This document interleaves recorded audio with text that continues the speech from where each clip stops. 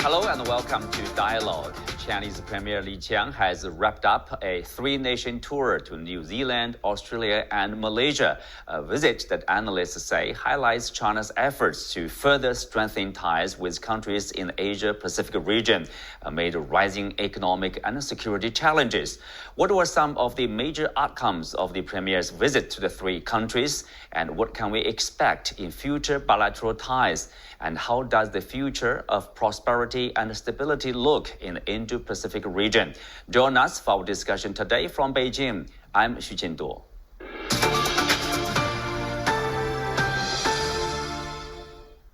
Joining me today are Professor Chen Hong, Director of the Australian Studies Centre at East China Normal University, Professor James Lawrenson, Director of the Australia-China Relations Institute at the University of Technology, Sydney, and Dr. Saeed Mahmood Ali, Distinguished Fellow with the Centre for New Inclusive Asia. Well, Dr. Ali, I will start with the latest. Tell us, what are the priorities of the current government of Malaysia in terms of its relationship with China? As we have seen over the last day plus, the two leaders have met several times. Their officials have signed 15 memoranda of understanding.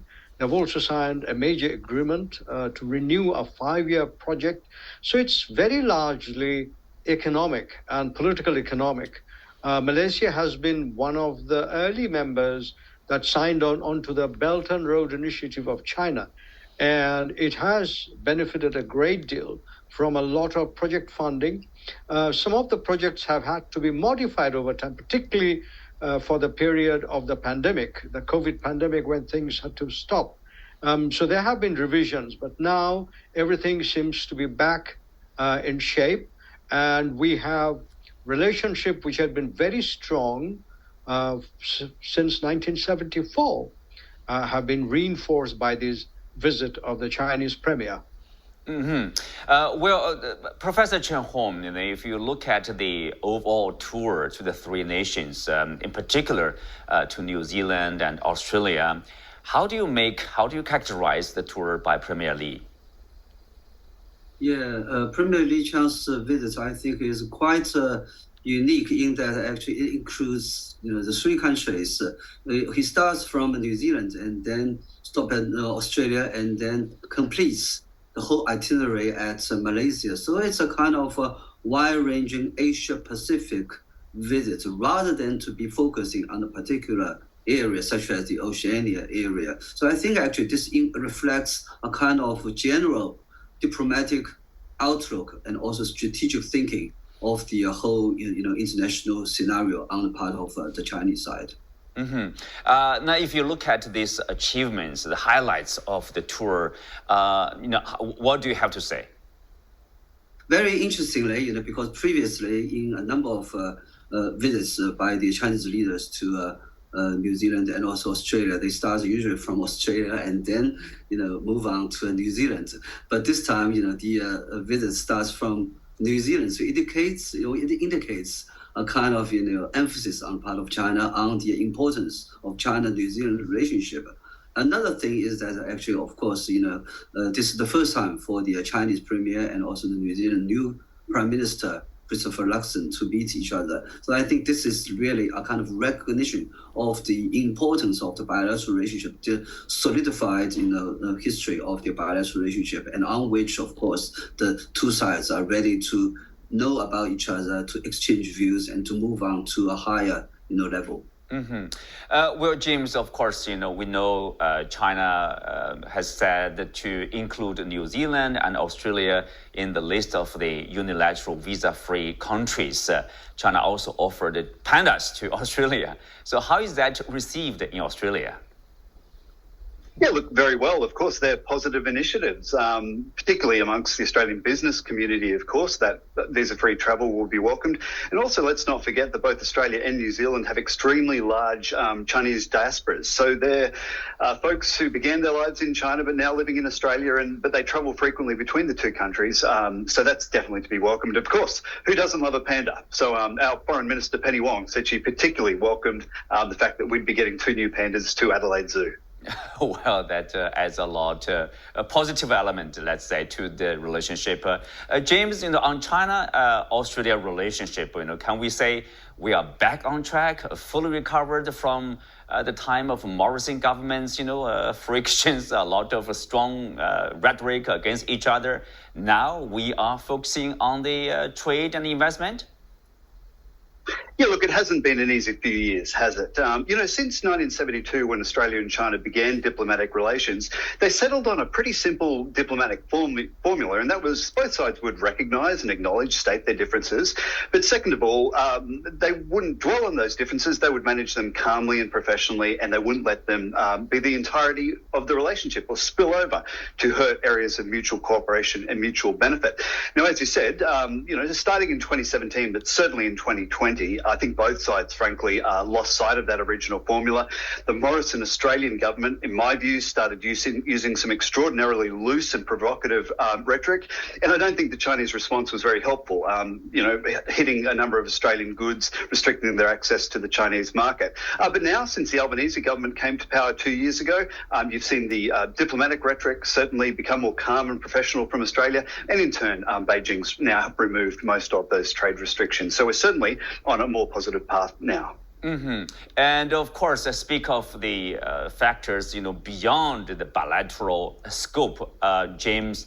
Of course, we have to acknowledge the fact that the U.S. is a big factor in terms of the bilateral relationship. Australia has with China, New Zealand has with China, or other countries here in the region.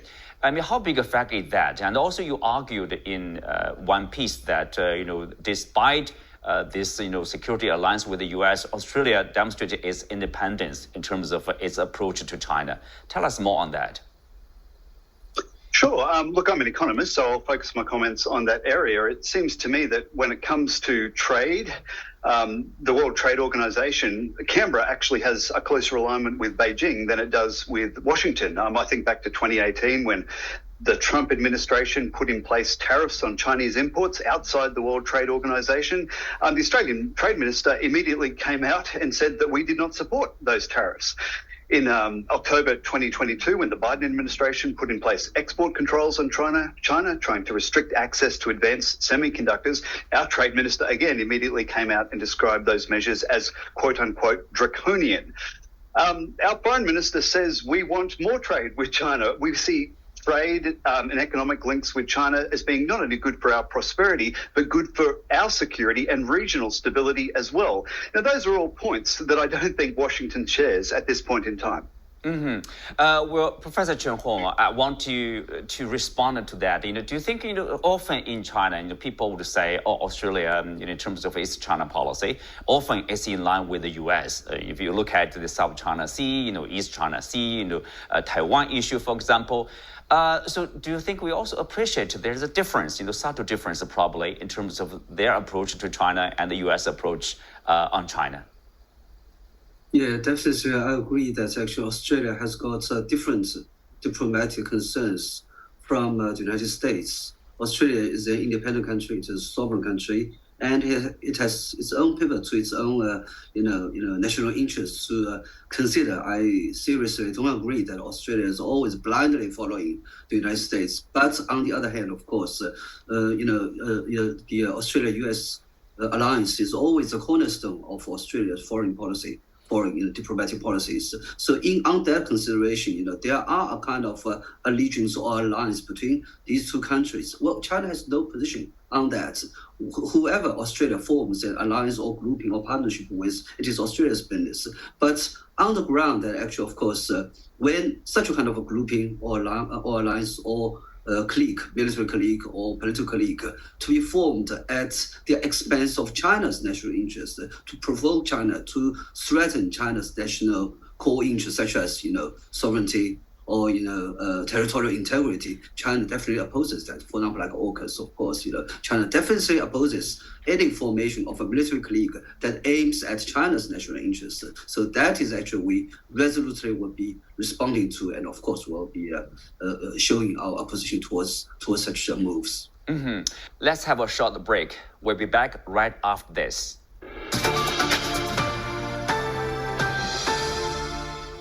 Welcome back. Well, James, it seems that during this tour, Premier Lee's tour to Australia, there's not much talked about about the differences, in particular on security issues. Instead, there's a focus on the pragmatic cooperation, in particular in trade, investment, and of course education. MOUs on education, climate change, etc. So we are seeing, so the resilience probably, despite all the talk of how fragile the relationship could be in a sense. Yeah, Chindo, it's always struck me that, when you think about Australia-China relations, you don't need to encourage or incentivize Australian and Chinese companies very hard to work together, or Australian and Chinese people to be friendly together. Australian and Chinese people get along very well. The companies recognise the complementarities. So I think the responsibility of our political leaders is to ensure that political stability, and then off that foundation, the businesses and households, individuals will get on with the job of engagement. That's been the real story. And even during that tough political time a few years ago, two-way trade actually increased during that period. So that's just one illustration of the resilience of the broader Australia-China relationship. Mm-hmm. Well, of course, we mentioned about this outside factor, the U.S. factor. Dr. Ali, there's a pressure from Washington. At least some countries feel the pressure to choose side or to shift a little bit of their policy on China, toward China. But the Malaysian Prime Minister, Anwar, in a recent interview, made it very clear that his government has no intention of picking sides in another's game. And in fact, restated Malaysia's interest to deepen and broaden cooperation with China. He said that in contrast to we know that it is Western portrayal of China as regional bully. The Chinese, in his words, quote, have been most receptive, and they collaborate well, and they are frank and make no display of arrogance, end quote. I want your comments on that. It is not that China and Malaysia see eye to eye on everything. There are quite serious differences. They have maritime territorial difference in the South China Sea, and they've had that for many years now. But Malaysia's determined policy has been to say that these are regional concerns which must be jointly, collectively negotiated painstakingly, so that solutions that emerge from discussions, people can accept them because they provide something for everybody. It's mutually acceptable, and governments can then implement them with popular support. That process, I think, has continued for, I would say, decades now, and is still continuing. We are approaching a period when the ASEAN countries, of which Malaysia is a founding member, and China must come out with some sort of a draft of the code of conduct in the maritime realm, in the domain of the South China Sea particularly.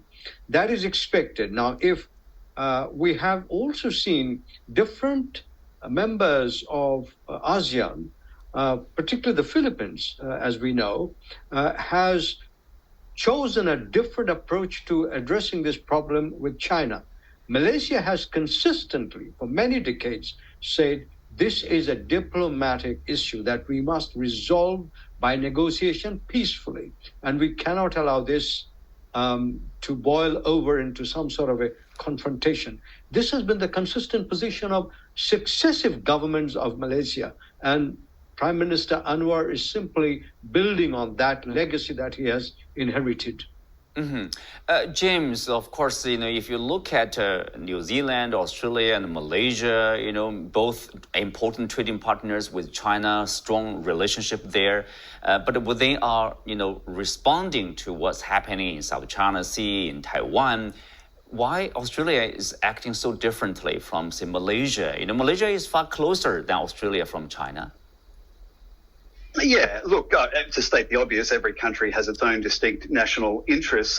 Look, I think on China's core interests, and I don't think China has a more core interest than Taiwan, I have been struck by just how disciplined the Albanese Australian government has been on that topic. I remember when you had the Speaker of the US, Congress Nancy Pelosi, go to Taiwan, our Foreign Minister immediately came out and called for both sides to de-escalate. There was a lot of American shock, in fact, that our our foreign minister wasn't just directing comments to China, she was directing comments to Washington as well. We all know that President Biden has made a number of at least rhetorical stumbles, perhaps even signalling a watering down of Washington's one China policy. There's been no watering down of Australia's one China policy at all. So look, I think in that area, the Australian government has been very disciplined. Professor Chen Hong, of course, you have been studying this, a comprehensive relationship between China with New Zealand, with Australia. There's a concern, surrounding the visit by the Premier to New Zealand, to Australia. There's talk of New Zealand joining the so-called Pillar 2 of the AUKUS military, whatever you call it, military alliance between US, Australia, and the UK. There's concern on the Chinese side. And so where are we now? I mean, how big a concern is it to China? Well, first of all, I think the issue with AUKUS is a serious matter. The so-called AUKUS, as I said, is a military grouping pulled together by the United States to date, consisting of its Anglophone allies, the UK and Australia. This military clique's target, its strategic target is China, and that is why China adamantly, resolutely opposes this military, grouping. Whether it is Pillar 1 or Pillar 2, it is still a part of AUKUS, which propose to use the military weaponry, AI, quantum technology, and whatsoever, for military purposes against Chinese interests and China's security. So it is a feeble contention to argue that Pillar 1 is nuclear and Pillar 2 is non-nuclear. But even when it is non-nuclear, it proposes to threaten China's, security. That is why we believe countries, including New Zealand, need to assume a strategic prudence and political wisdom to adopt a balanced policy stance towards this matter. To rush into a military grouping which takes China as its strategic target is in fact reckless. So I hope that the New Zealand side will take a sensible and prudent approach. On the other hand, of course, Australia is already in this grouping, but on this formation, Australia also needs a kind of sensibility to handle the matter rather than, to be forcing itself into a confrontational stance with China, against China. That would be sacrificing the hard-won victory we have achieved so far. Well, some observers, are saying that, ties between China and Australia and New Zealand, they are a kind of a model of relations between China and the Western countries. And that, Premier Lee's visit highlights the fact that China is willing to retain friendly ties with Western countries if they seek pragmatic cooperation and hold on to strategic autonomy. Do you agree with that perception? Or perspective there, rather? Yes, I agree.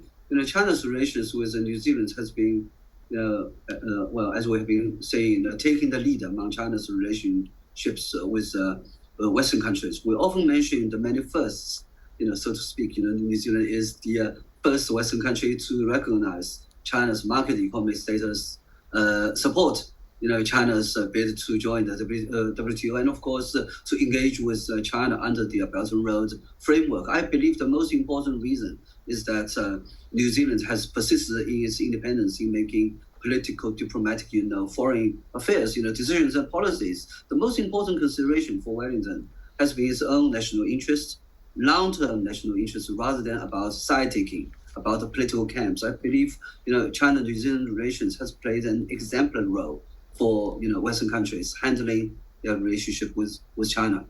Well, James, if you look at this visit to Australia, we do have opinions over the past couple of years. We are seeing improvement, in terms of how Chinese view Australia and how Australia view China. For example, here's the findings from the Global Times Institute showing that in 2024, the average favorable rating of Chinese people towards Australia increased to 69.2, almost 70%, higher than the scores of the past 3 years. At the same time, a recent poll from Australian think tank, Australia's Australia-China Relations Institute, indicates that 61% of respondents believe Australia should continue to try to build strong connections and ties and have a strong relationship with China. Of course, at the same time, during the visit, we see the two countries sign MOUs on, as I said, education, research, climate change, China-Australia strategic economic dialogue. So there's a lot to do between the two countries. Common interests are self-evident, between the two nations. Can we say we do have a strong bedrock, between the two countries? The trade is important. The people-to-people relationship are strong there. That's something positive, and we should celebrate probably for the years to come. Yeah, look, one thing I often tell people is that you should not imagine that Australia's China hawks, the often noisy voices in Australia that often dominate Australia's media, represent mainstream Australian public opinion. I want to be clear. Australians don't just have rosy thoughts about China. In our poll we do at the Australia-China Relations Institute, about 2/3 of Australians express concerns about China. But as you said, the way they think we should manage those concerns is through engagement and dialogue, not through confrontation and decoupling. And I think that's a very sensible position on the part of the Australian public. I also note that the Australian public in our polling rates the Albanese government's handling of China relations more highly than it did the Morrison government's handling. So I think that's the key thing for the Australian government, the current Australian government, to grasp. Their approach, this calm and professional diplomacy, is in fact in line with mainstream public opinion. With all that positive elements, there, Dr. Ali, we have to, if you look into the future, let's say near future, with the U.S. presidential election campaign going on, and Donald Trump could well return to the White House. I mean, that's a fact probably many countries are embracing. For example, one of his advisors wrote recently that, once Donald Trump comes back to the White House, he should sever the entire economic relationship with China, resume nuclear tests, and send Marines to Asia. What will be the response from Asian countries? I think it's fair to say that Donald Trump was a most atypical American president for many decades. In my studies, there is nothing quite like that experience, at least since the end of the First World War. So we're talking about a century now. He was very atypical, and he was very unpredictable. And of course, he was the one who proclaimed great power competition with China. But we also have to remember other things that have happened preceding the Trump presidency. The United States determined in April 1992 that it will be the dominant global power, and forever. This was a policy document which the Bush presidency signed off on the 23rd of April 1992. And in 1999, the 4th of August, another government office issued a document saying, looking to the future, signing off a document called Asia 2025, described China, and this in 1999, China was emerging as a constant competitor. The United States, which saw itself as a primate, a systemic primate forever, could not tolerate any rival rising which could compare itself to the former Soviet Union. And therefore, since then, President Clinton visited India and Vietnam, establishing the foundations of a proto-alliance eventually against China. President Bush was very busy with wars in Iraq and Afghanistan and fighting terrorism. But as soon as President Bush retired, Barack Obama came up with the pivot to Asia, something that he proclaimed in Canberra. And since then, although presidents and senior officials have been polite in the way they've expressed their views of China, Donald Trump was not so careful. But the general impression was that the United States must retain its systemic primacy, and China was the only country capable of challenging that. Not deliberately, as it happened, China acquired and accreted greater national power, and that challenged American primacy in American mind, and therefore China must be challenged, and that's what we are seeing today. Mm-hmm. Well, James, if the U.S. And Trump, seek to sever, not entirely, let's say much of the ties, economic ties with China, send Marines to Asia, resuming nuclear tests, how will that affect Australia's China policy? Australia will only become closer to China in that if an ultimatum of that nature gets issued to Canberra, that we should sever economic ties with China, we would instantly refuse to do that because it's clearly not in our national interests. You know, there was a story back in the Obama administration days where where our former treasurer, Joe Hockey, said that Obama asked him to stop selling iron ore to China. We immediately refused. I imagine Penny Wong and Anthony Albanese today would immediately refuse as well. Not just because trade with China is good for Australian prosperity, but as I said before, our foreign minister says that trade is good for stability and security as well. So if the Donald Trump administration comes back with that sort of policy, I guarantee you Australia is not going to be part of it. Well, with that, we concluded today's show. Many thanks to our guests. You can also watch us on the CGTN app or on YouTube. I'm Xu Qinduo. Thanks for being with us. See you next time.